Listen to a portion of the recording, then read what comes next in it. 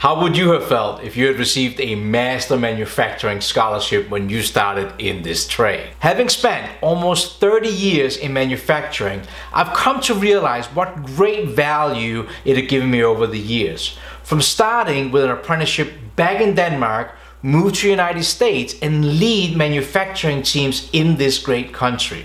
Simply, it's time to help and give back. No tricks, no strings, red tape, none of all that nonsense.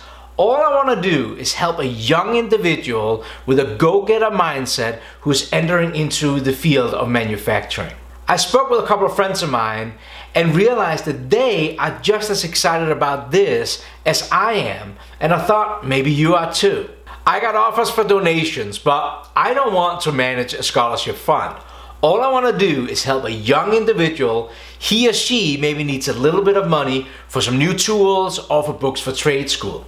So I created a single piece of paper that has all the information for the school, instructors, and students on how to apply for the scholarship. You can download that piece of paper entirely for free. Remember, no strings. Go to catcamstuff.com/master. I decided that I was going to give $500. That fits my household budget.